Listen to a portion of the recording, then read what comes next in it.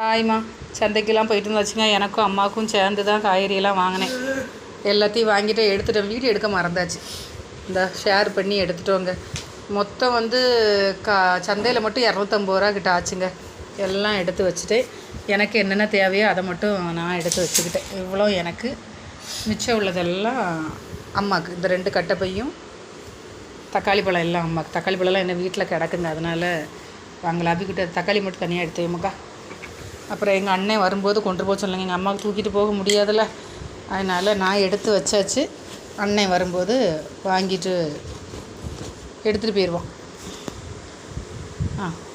தக்காளி பழத்தை மட்டும் தனியாக எடுத்து வைங்க. வீட்டில் கிடக்க பாத்திரங்கள் வந்து ஆச்சிட்டுள்ள பாத்திரம் நிறைய கிடக்கு, அதே ஆச்சிட்ட கொடுத்துருவோம். இருக்கட்டும்மா, இருக்கட்டும். வேண்டாம் வேண்டாம், அண்ணன் கொண்டுருவான், நீங்கள் கொண்டு போக வேண்டாம். வேண்டாம், சரிங்க, பாய்ங்க.